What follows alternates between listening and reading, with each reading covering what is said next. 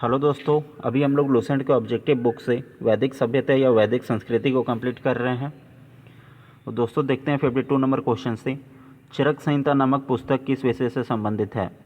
तो चरक संहिता नामक पुस्तक चिकित्सा से संबंधित है। यज्ञ संबंधी विधि विधानों का पता चलता है। तो यज्ञ में जो भी विधि या विधान होते हैं उसका पता चलता है यजुर्वेद से। ठीक है, यजुर्वेद से। वैदिक योगिन सभा क्या थी? तो मंत्री परिषद थी, मंत्री परिषद। वैदिक युग में प्रचलित लोकप्रिय शासन प्रणाली थी तो गणतंत्र। सबसे ज़्यादा लोकप्रिय शासन प्रणाली थी गणतंत्र। सबसे प्राचीन वेद कौन सा है? तो बहुत ही इंपॉर्टेंट क्वेश्चन है ये। ऋग्वेद सबसे प्राचीन वेद है। निम्नलिखित में से कौन भारतीय दर्शन की आरंभिक विचारधारा है? तो सांख्य। सांख्य, योग, न्याय, वैशेषिक, मीमांसा और वेदांत, इन 6 भिन्न भारतीय दर्शन की स्पष्ट रूप से अभिव्यक्ति हुई वैदिक युग में। वैदिक युग में निम्नलिखित में से वह दस्तकारी कौन है जो आर्यों द्वारा व्यवहार में नहीं लाई गई थी? तो लुहारगिरी। लुहार का काम वो लोग नहीं करते थे। ऋग्वेद के किन 6 मंडलों को वंश मंडल या गोत्र मंडल कहा जाता है? तो दूसरे मंडल से 7वें मंडल तक को वंश मंडल या गोत्र मंडल कहा जाता है।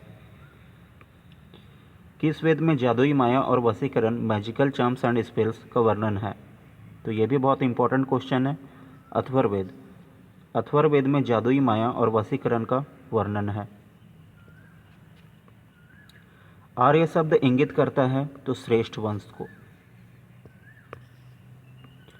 ऋग्वेद में कुल कितने मंडल हैं? तो टोटल 10 मंडल हैं। आर्य भारत में संभवतः आए मध्य एशिया से और पंजाब में बसे थे। भारत की बाहर की बात करें तो अफगानिस्तान में। आर्य आए थे मध्य एशिया से। इस क्वेश्चन का आंसर हो जाएगा मध्य एशिया से। कौन सा वेद अंशतः गद्य रूप में भी रचित है? तो यजुर्वेद। यजुर्वेद गद्य रूप में भी रचित है। सभा और समिति प्रजापति की 2 पुत्रियां थी का उल्लेख किस वेद में मिलता है? तो अथर्ववेद में मिलता है। अथर्ववेद में। सभा ग्राम संस्था थी और समिति केंद्रीय संस्था। वैदिक सभ्यता के लोग सभा और समिति को प्रजापति की 2 पुत्रियां का नाम देते हैं और इसका उल्लेख किस में मिलता है? तो अथर्ववेद में। ऋग्वैदिक योग की प्राचीनतम संस्था कौन सी थी? तो विदत। विदत प्राचीनतम संस्था थी ऋग्वैदिक योग की। ब्राह्मण ग्रंथों में सर्वाधिक प्राचीन कौन है? तो शतपथ ब्राह्मण सबसे प्राचीन है, शतपथ ब्राह्मण। गोत्र व्यवस्था प्रचलन में कब आई? तो उत्तर वैदिक काल में। उत्तर वैदिक काल में। उत्तर वैदिक काल कब से कब तक रहा है? 1000 ईसा पूर्व से 600 ईसा पूर्व तक। अनुलोम विवाह का क्या अर्थ है? तो उच्च वर्ण पुरुष का जब विवाह निम्न वर्ण के नारी के साथ होता था तो उसे अनुलोम विवाह कहा जाता था। नेक्स्ट है प्रतिलोम विवाह मतलब क्या होता है? तो जब भी उच्च वर्ण की नारी का विवाह निम्न वर्ण के पुरुष के साथ विवाह होता था तो उसे प्रतिलोम विवाह माना जाता था। ठीक है। वैदिक युग में यव कहा जाता था तो जौ को यव कहा जाता था वैदिक युग में। व्रीहि शब्द किसके लिए प्रयुक्त हुआ है? तो चावल के लिए। चावल को व्रीहि के नाम से जाना जाता था। अथर्व का अर्थ है तो पवित्र जादू। अथर्व का अर्थ है पवित्र जादू।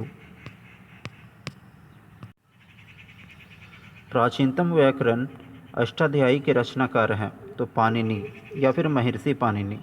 ठीक है, ये व्याकरण संस्कृत में था और अष्टाध्यायी के रचनाकार है महर्षि पाणिनि या फिर सिर्फ आप पाणिनि भी याद रख सकते हैं। निम्न में से कौन सी स्मृति प्राचीनतम है? तो मनुस्मृति सबसे प्राचीन है। मनुस्मृति। आदि काव्य की संज्ञा किसे दी जाती है? तो रामायण को। रामायण को आदि काव्य की संज्ञा दी जाती है। प्राचीनतम पुराण है तो मत्स्य पुराण। सबसे प्राचीन पुराण है मत्स्य पुराण।